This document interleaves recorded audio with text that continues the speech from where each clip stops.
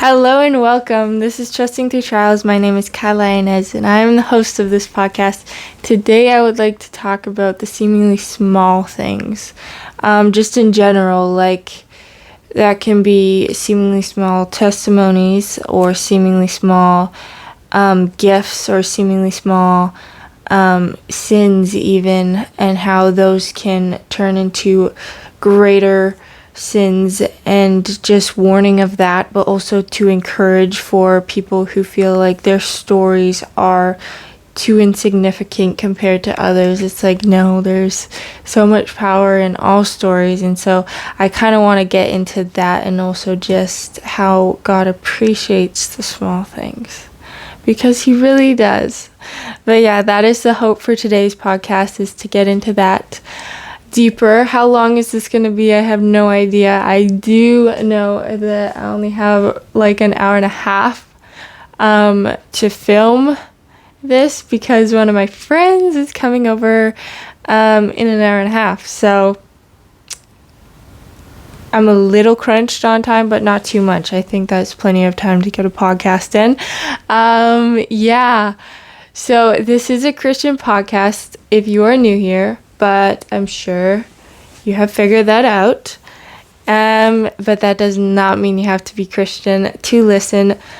But before I start, I would like to remind that if there is anything that I say that feels off, or you're like, I'm not sure if that is what the Bible is really saying, then please double check for yourself. I try to do my best, but I am human and I can make mistakes, and I don't want to lead anyone astray by misinterpreting scripture or something. So please double check for yourself for these things. If it feels wrong to you, or if you're like, I really just don't know if that is what the Bible is saying. But again, I try my best. Yeah, okay. Hi. I don't know. I was a little nervous to start this one, because I'm actually nervous to start podcasts always, just because it scares me a little bit. But I don't know. I felt a little unprepared for this, but again, I typically feel unprepared, and I was preparing all morning, and I've been preparing for weeks. So I'm like, I just gotta start, because otherwise I'm gonna keep pushing it off. I was hoping to film it tomorrow, but then things kept coming up. But today it's happening. Today we're filming, and I am taking a long time to start, and I apologize for that. Anyways, getting into it. Seemingly small things. What made me want to talk about this? Well, I was reading in Matthew 2 months ago. I know, 2 whole months ago, but this is where the idea first sparked in my mind. I was reading Matthew 13, and the parable of the mustard seed really stood out to me. So it's Matthew 13:31 to 33, and I'm reading ESV. If you normally watch my podcast, I normally do NIV, but I got a new Bible, and I love ESV. So yeah, Matthew 13:31 to 33. He put another parable before them, saying, "The kingdom of heaven is like a grain of mustard seed that a man took and sowed in his field. It is the smallest of all seeds, but when it has grown, it is larger than the garden plants and becomes a tree, so that the birds of the air come and make nests in its branches." He told them another parable. "The kingdom of heaven is like leaven that a woman took and hid in 3 measures of flour till it was all leavened." When reading this, it really stood out to me that he used a mustard seed, something so small, the smallest of all seeds, it says, to his kingdom. He compared the tiniest, littlest seed to his whole kingdom, God's kingdom. that to me was crazy. And I was like, wow, God really appreciates the little things and sees the significance in the little things. And yes, when reading, it's like it turns into a tree, but God compared it as the seed. And that seed can grow into a tree. It was of use for the birds in the sky. And it was the smallest of seeds, but it became the largest plant in the garden. So there were other seeds that were bigger than this little baby mustard seed.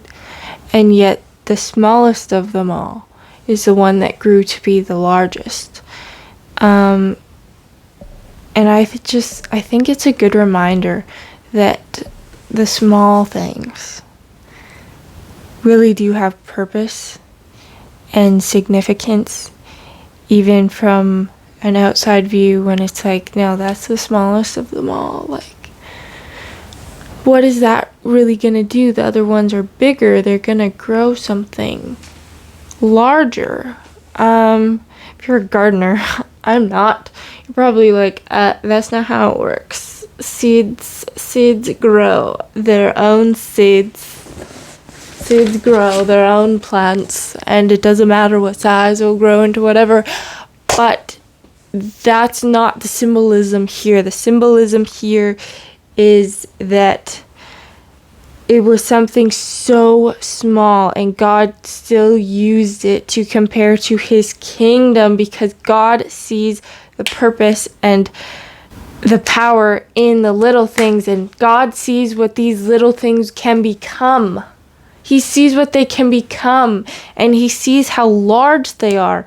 And another part in the Bible that I love for this is just the story of David and Goliath. Let me actually go and read the story of David and Goliath. Now, this is a bit of a doozy of a story, but I think it is so beautiful and such a beautiful representation of how God sees what we do not see, and sees how things that men see as unfit, as God sees them as fit or of use. And God is able to take people who the world sees and is like, oh, no way could they be the one to do this great thing, when God's like, no, they are the one who's gonna do it. Anyways,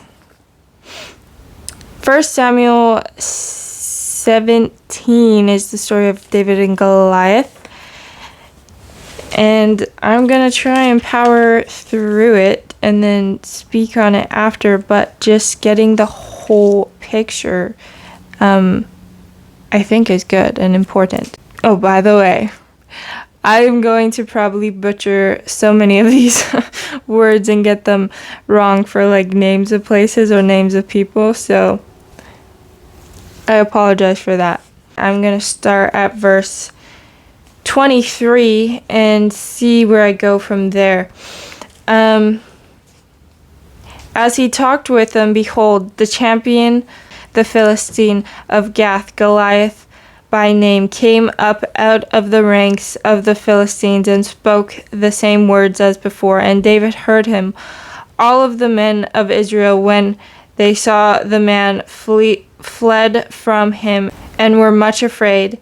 And the men of Israel said, have you seen this man who has come up? Surely he has come up to defy Israel.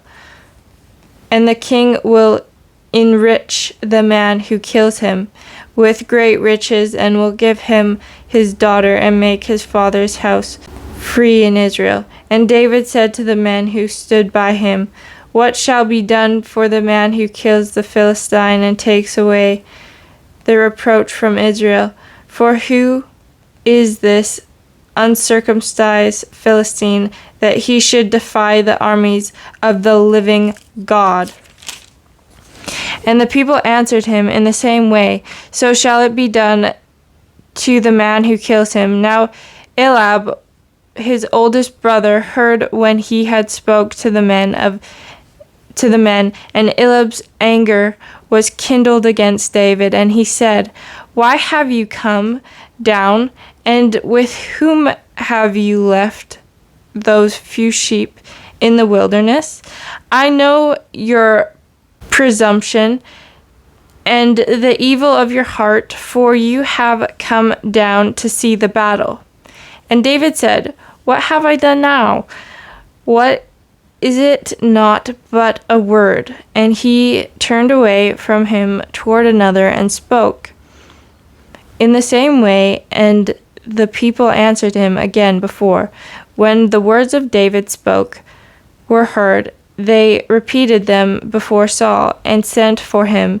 And David said to Saul, "Let no man's heart fail because of him. Your servant will go and fight this Philistine." And Saul said to David, "You are not able to go against the Philistine to fight with him, for you are but a youth, and he has been a man of war from his youth." But David said to Saul, "Your servant used to keep sheep for his father, and when there came a lion or a bear and took a lamb from the flock, I went after him and struck him and delivered it out of his mouth. And if he arose against me, I caught him by his beard and struck him and killed him. Your servant has struck down both lions and bears, and this uncircumcised Philistine shall be like one of them, for he has defied the armies of the living God." And David said, "The Lord who delivered me from the paw of the lion and from the paw of the bear will deliver me from the hand of the Philistine." And Saul said to David, "Go, and the Lord will be with you." Then Saul clothed David in armor. He put a helmet of bronze on his head and clothed him with a coat of mail. And David strapped his sword over his armor, and he tried in vain to go, for he had not tested them. Then David said to Saul, "I cannot go with these, for I have not tested them." So David put them off. Then he took his staff in his hand, and he chose 5 smooth stones from the brook and put them in his shepherd's pouch. His sling was in his hand, and he approached the Philistine. And the Philistine moved forward and came near to David, with his shield bearer in front of him.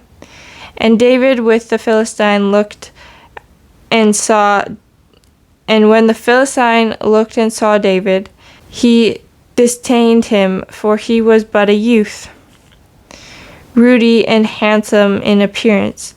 And the Philistine said to David, "Am I a dog that you come to me with sticks?" And the Philistine cursed David by his gods. And the Philistine said to David, "Come to me, and I will give your flesh to the birds of the air and the beasts of the field." Then David said to the Philistine, "You come to me with a sword and with a spear and with a javelin, but I come to you in the name of the Lord of hosts, the God of the armies of Israel, whom you have defied. This day the Lord will deliver you into my hand, and I will strike you down and cut off your head, and I will give the dead bodies of the hosts of the Philistines this day to the birds of the air and to the wild beasts of the earth, that all the earth may know that there is a God in Israel, and that all this assembly may know that the Lord saves not with sword and spear, for the battle is the Lord's, and he will give you into our hand." When the Philistine arose and came and drew near to meet David, David ran quickly toward the battle line to meet the Philistine. And David put his hand in his bag and took out a stone and slung it. It struck the Philistine on his forehead. The stone sank into his forehead and fell on his face to the ground. So David prevailed over the Philistine with a sling and a stone, and struck the Philistine and killed him. There was no sword in the hand of David. I think I'll stop there, but it's a really good story if you want to go and finish it yourself. But David was seen, and he was the youngest of his brothers, and he was the one who went to fight Goliath. Goliath was a giant, and he was a warrior who was feared by all the other men of Israel's army. But David saw him and was and he knew that with God he could beat him, and he was like, why aren't you guys fighting him? We have God on our side. He's defying our Lord. This is unacceptable, essentially. And he went and he fought him because he knew that with God he would win. And he went not with armor on because he was like, I can't fight with this. He went without a sword. He went with his rock and his sling. The ordinary man would see him as crazy, and they did. They saw him and were like, there's no chance he's gonna win here. But he won because he had God on his side, and a single stone is what killed Goliath. It wasn't a sword, it wasn't a javelin, but it was a stone. A single stone that he slung and hit him in the forehead, and he fell down. With God, we can do all things. He knew that God was on his side, and he knew that it didn't matter his size or what he had, that he would be the one to win the battle, and he did. And I think that faith is really important as well, and just the trust that he had in the Lord, in knowing that God was all powerful. We have the same God as David. God doesn't change. Sometimes I think we forget that our God is the same God that David had. He's the same God that has done miracles, and who has raised to life, and who has split the sea, the Red Sea, and who has conquered nations, and who has shown grace and mercy. Our Lord is unchangeable, and he is amazing, and he is beautiful. There's a verse in Luke. I hope I'm able to find it. I'm not sure exactly where it is. It might be in Matthew. It's either in Luke or Matthew. But essentially the verse says that if you have the faith of a mustard seed, you can move mountains. Small grain of faith. Small bit of faith. If you have that, that is still so powerful. It can move mountains. And I love that it's the use of a mustard seed again. I wish I had the verse. I thought I had it written down, but I do not, unfortunately. But I love how God sees everything as valuable. He sees everything as able to be worthy. Recently, a lot of things have been coming up that's made me realize the seemingly small things in life. Just last Sunday, we were going through Revelations 5, and there was in that the story of the lion and the lamb. And it's just 2 verses that I would like to read. It's Revelations 5, verse 5 and 6, still ESV. And one of the elders said to me, "Weep no more. Behold, the Lion of the tribe of Judah, the Root of David, has conquered, so that he can open the scroll and its 7 seals." And between the throne and the 4 living creatures, and among the elders, I saw a lamb standing as though it had been slain, with the 7 horns and with the 7 eyes, which are the 7 spirits of God sent out into all of the earth. In these 2 verses, God is described as the Lion of Judah and of a sacrificial lamb who was slain. And if you look at the symbolicness of a lion compared to a lion is often seen as royalty with courage and strength, whereas a lamb is seen in the world's eyes as weak and helpless.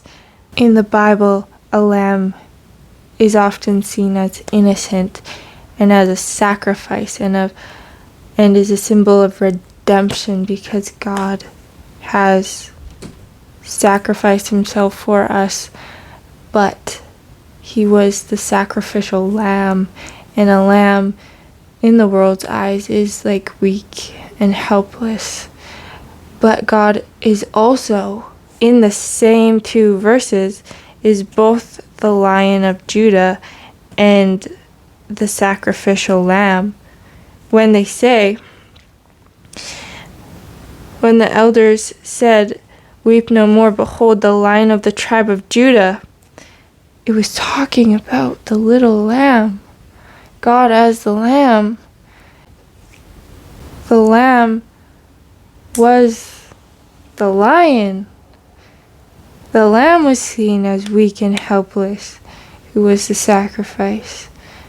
But the lamb was also the lion, and the lion is strong and has courage and is royalty. And they were the same being. It's just another place in the Bible where God used something little for something so great. Jesus was the lamb, the sacrificial lamb. Jesus is the Lion of Judah. Jesus died and rose again for us. He was the sacrifice who might have seemed helpless, but he wasn't. But he still chose to die for us out of love.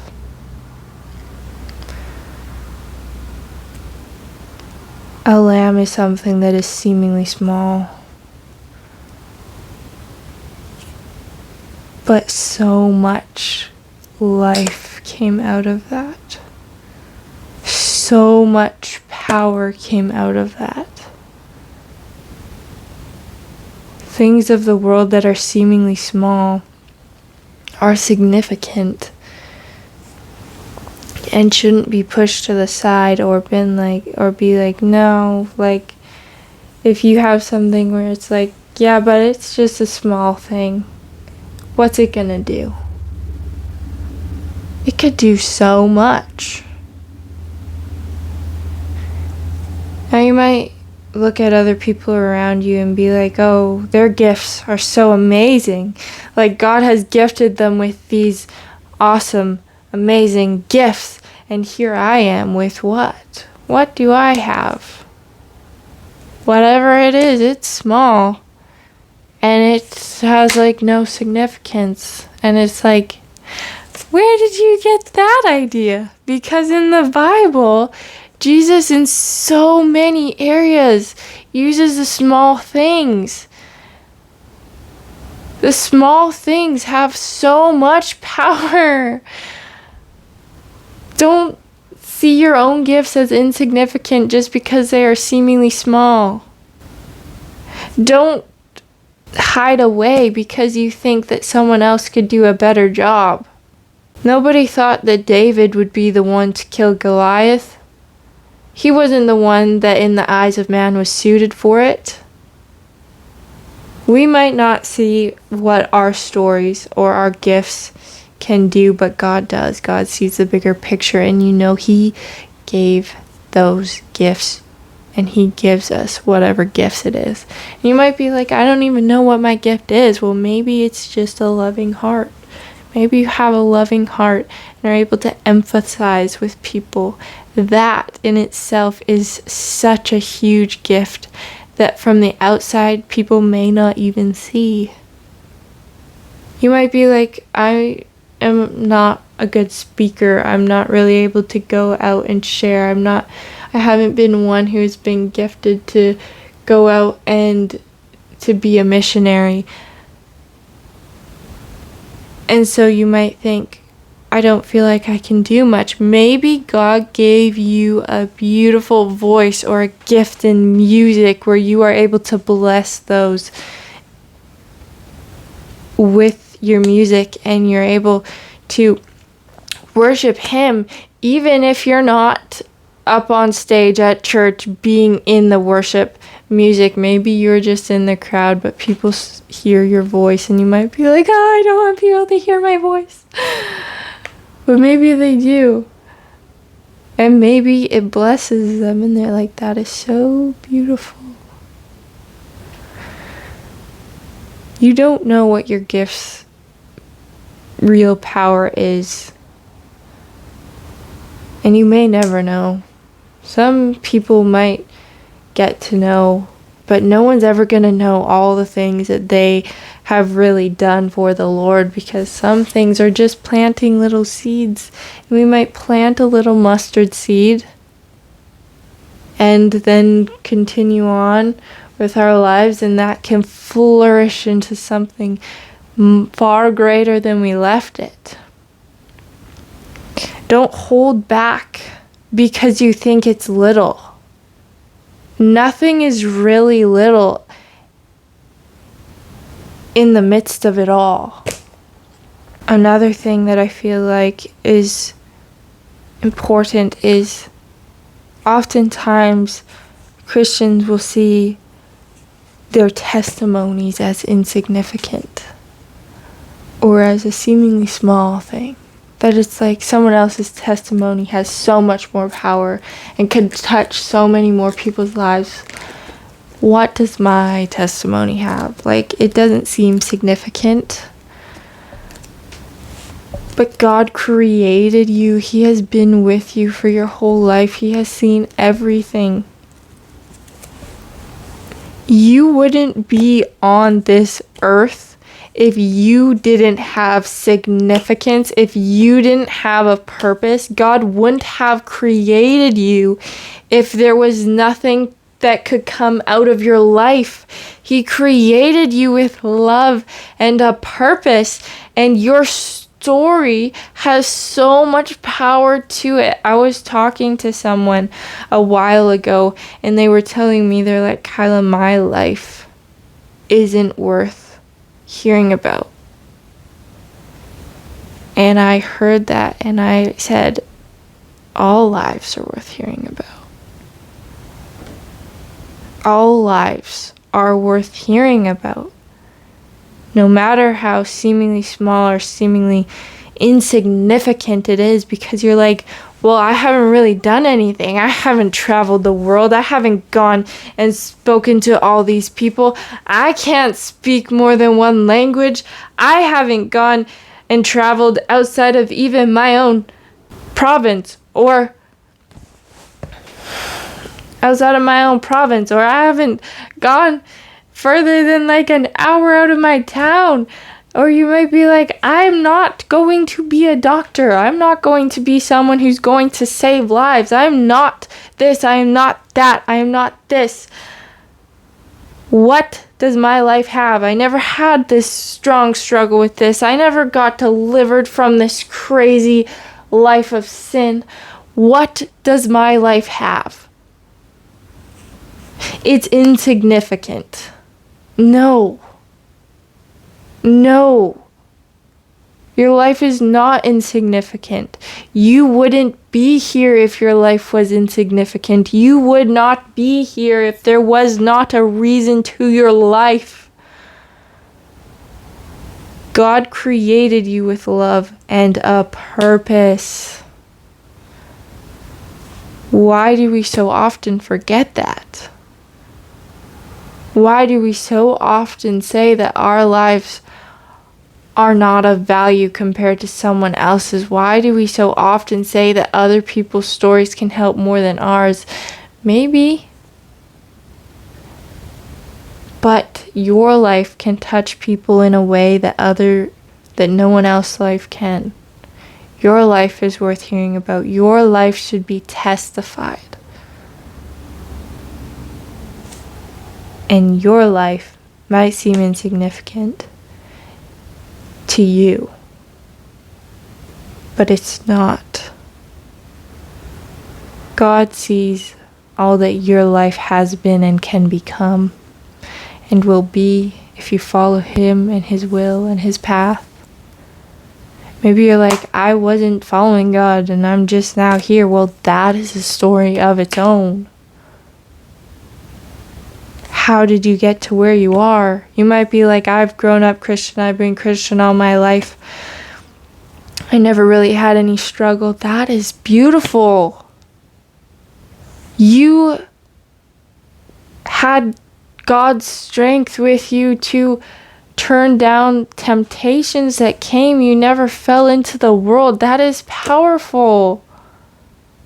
God has been with you so much that you stood firm against these temptations that so many people of the world fall into. You never smoked, drank, drugs, slept around. Amazing. Even if you've always been in your word, that's encouraging. That's incredible. Praise the Lord that you have had that life.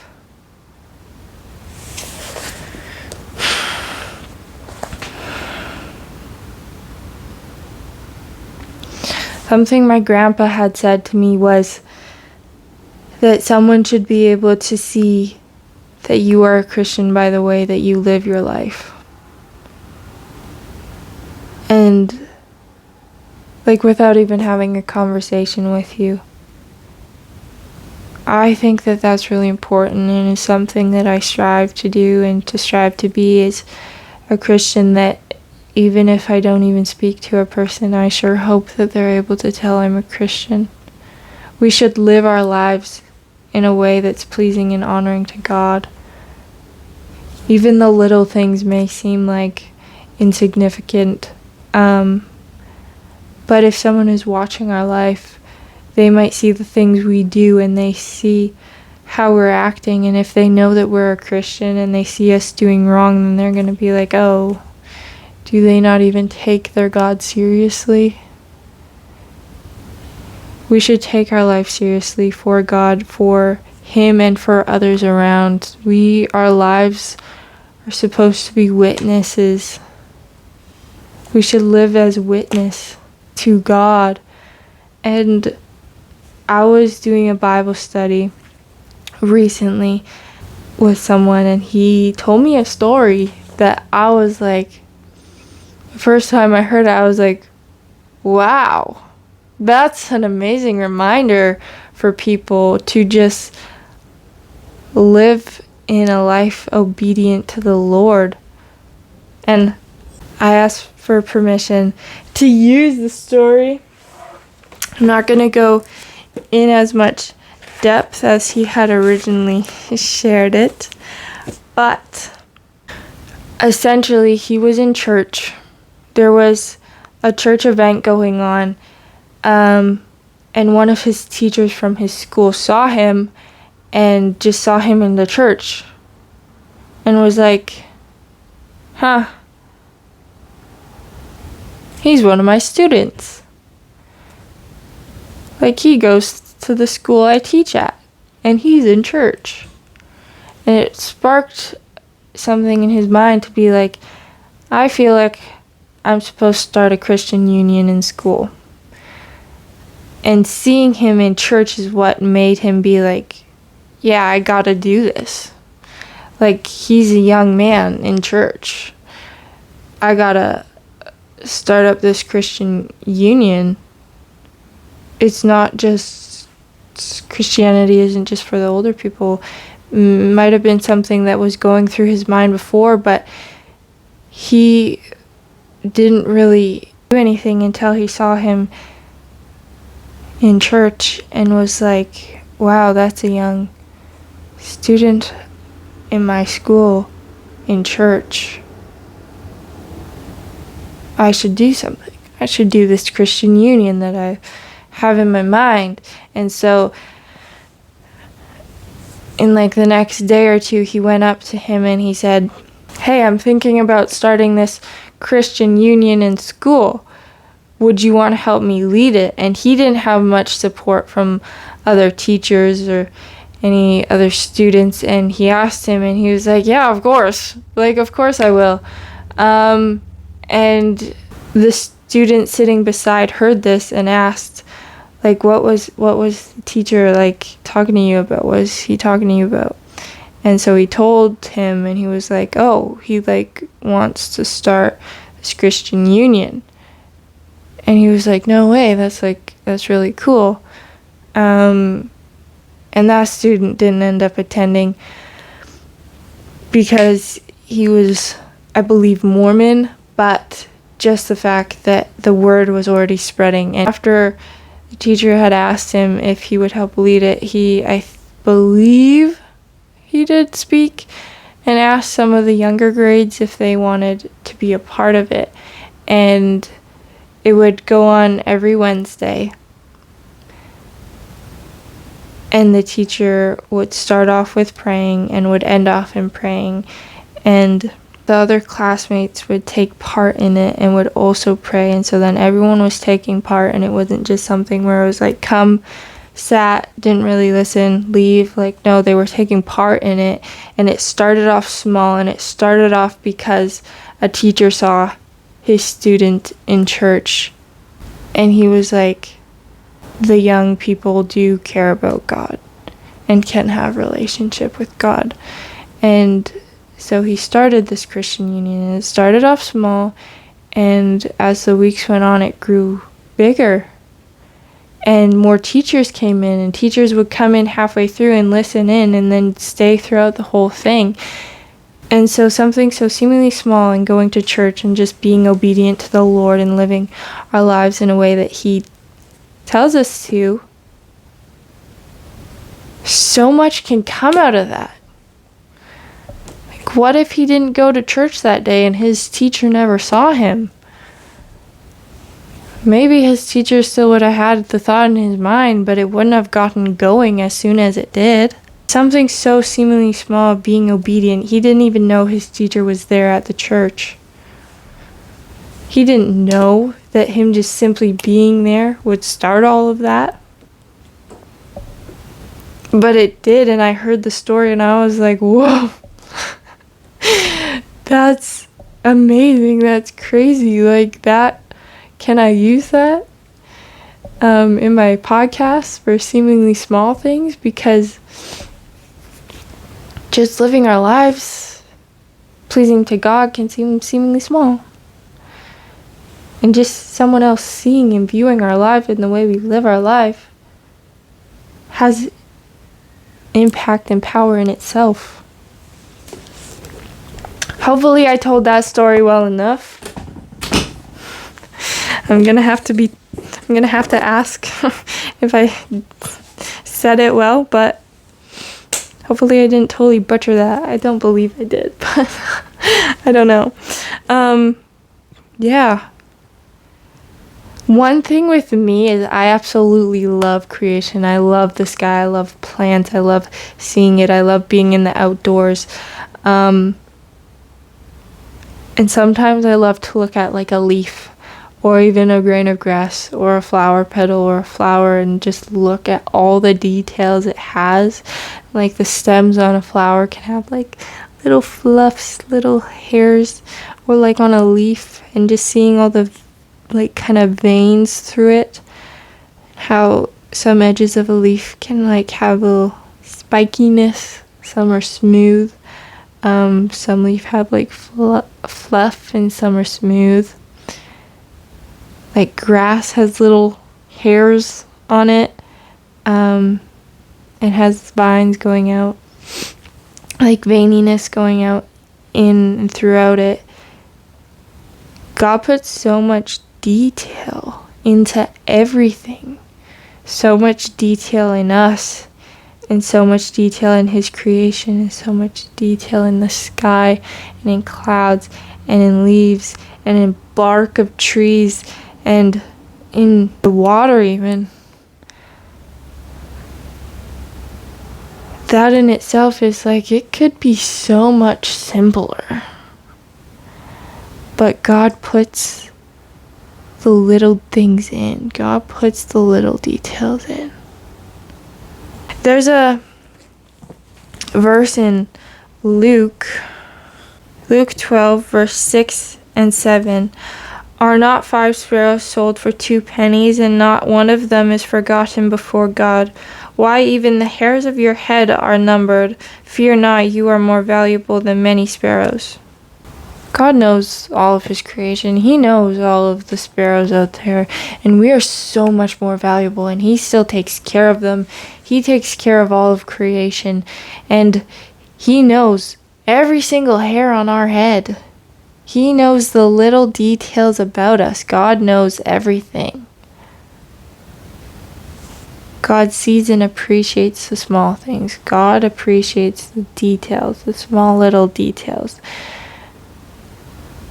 It's important even in work to do your best for God, because you might be like, well, my managers won't see. No one else would appreciate this extra work if I put a little extra elbow grease into this to make it a little extra clean. No one would know if I were to just do it a little less.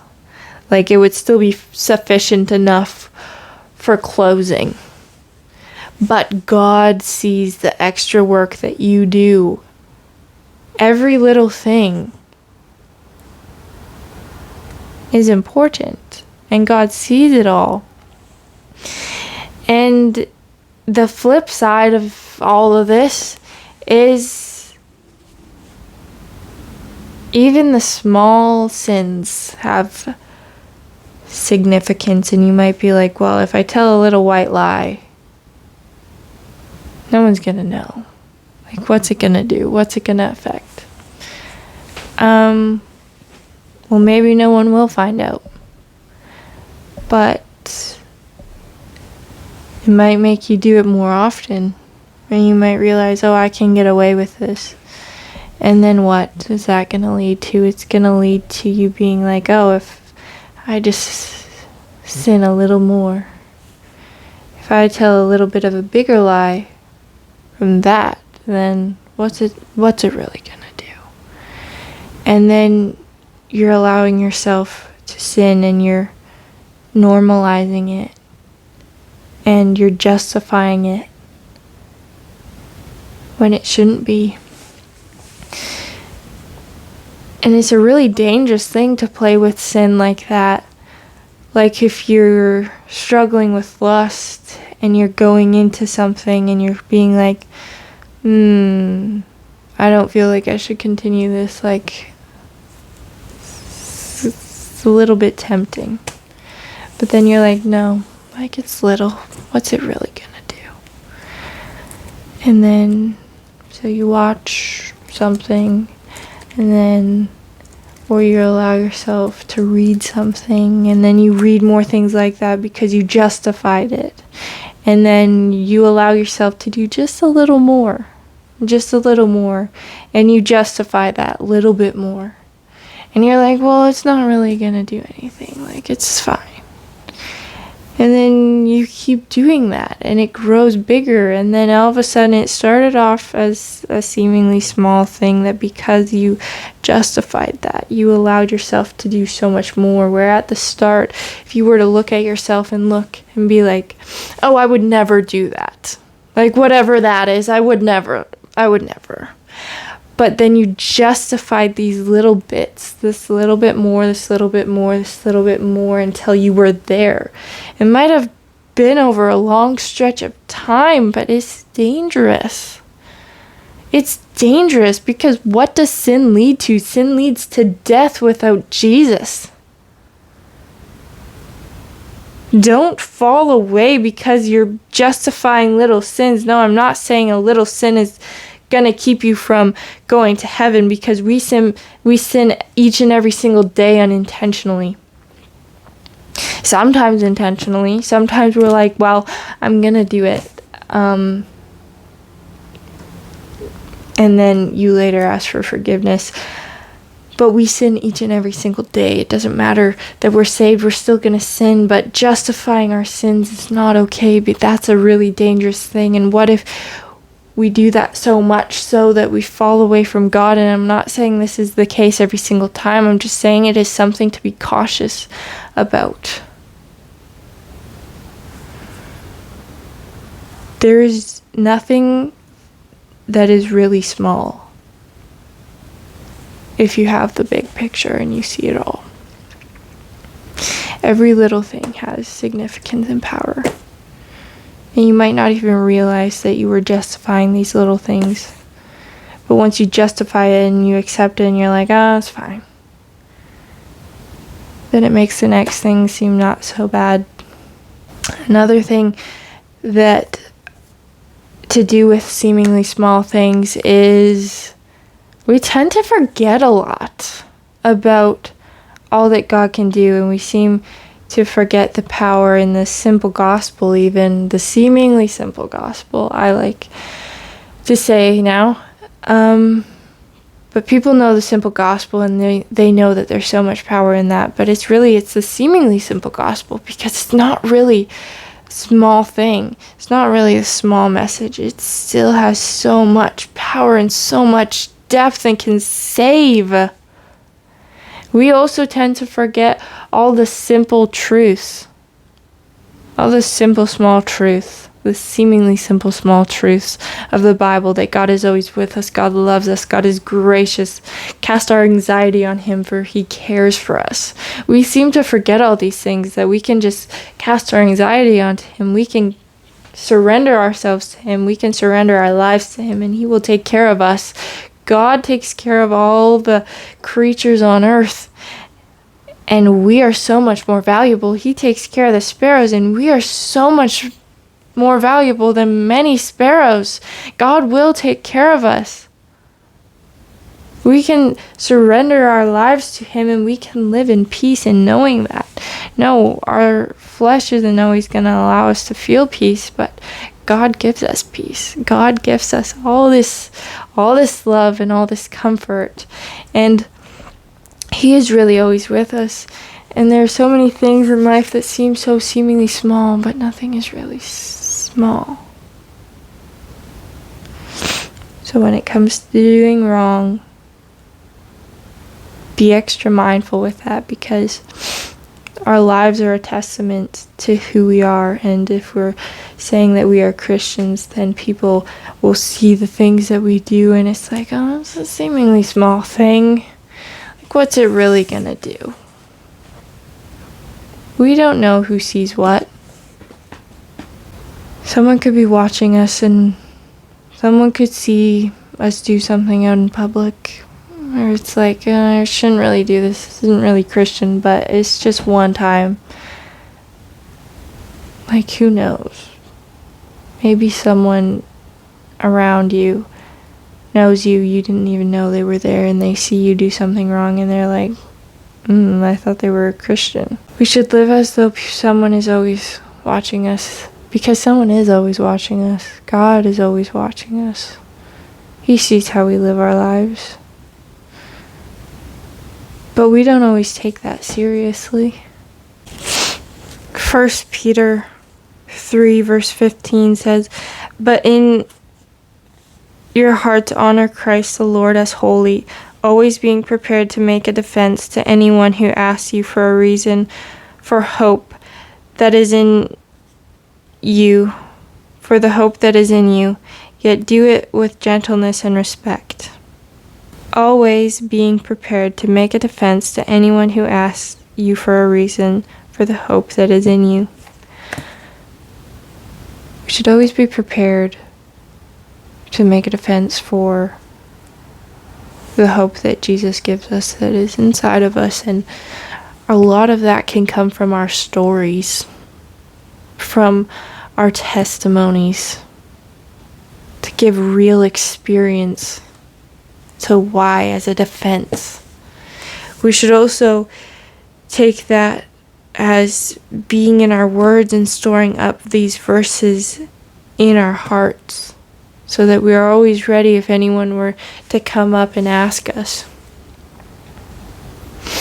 We should also be reading it so that if there's anything small thing that could lead us astray, that is a little bit twisted, that someone says that is supposed to be leading us, so that if we have this word in our hearts stored up, that we can know if something's off. Because we are with God and the Holy Spirit in us, and He can be like, hey, like, give us discernment if something's off. Also, there's another example in the Bible that is just of the boy who, I didn't write it down. I thought I did, but I didn't write it down, of where in the Bible the story of the fish and the loaves are, and so I don't want to say the numbers wrong, but there was a multitude of people, it was like 1,000 people or 5,000 people or 10,000 people. I can't remember the exact numbers. This is why I wish I had the verse in front of me, and I can't look it up because I use my phone to film, but where there was a multitude of people and there was a boy who had 2 fish and 5 loaves, I believe. Now the number of that might be off, so double check. But essentially he had a small amount of fish and a small amount of loaves, and there was all these people. And Jesus was able to use that small amount to feed them all. He was able to take that and fill baskets full, because God is a God of miracles and God is a God who can use little. We should never take things and be like, oh, it's little. I have said this so much throughout this podcast. This is what this podcast is about. And we so oftentimes forget the simple things. And so I'm repeating it, yes, and I apologize for that if it's a little bit annoying, but we shouldn't forget the power in the little. Because God can use everything. God can use every story. God can use every gift to glorify Him, and God can use everything for much. So don't hide away because you think your gift is insignificant. Don't hide your story because you think someone else is greater.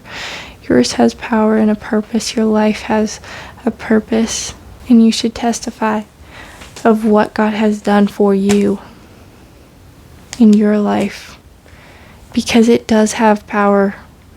No matter how seemingly insignificant your gift is, it's not insignificant. God gave it to you for a reason. Live your life to glorify Him. We don't know who's watching us. Well, we know God's watching us, but we don't know who else is. I don't know how this podcast went exactly. Hopefully it was well. Hopefully it was good and not too repetitive. Yeah. I hope it can leave people feeling encouraged in a way and help people to be more aware of the little things. Because there's so much beauty in little things. And just be cautious when it comes to justifying little sins. Be cautious of that. Yeah, I don't know. Anyways, this was this episode 6. I hope it was well and good. Anyways, yep. I don't know how to close off. Normally I'm better at this. But I hope you all have an amazing day or night, whatever time it is for you, and we're able to have something come out of this, something speak to you out of this podcast. Anyways, I will see you in 2 weeks.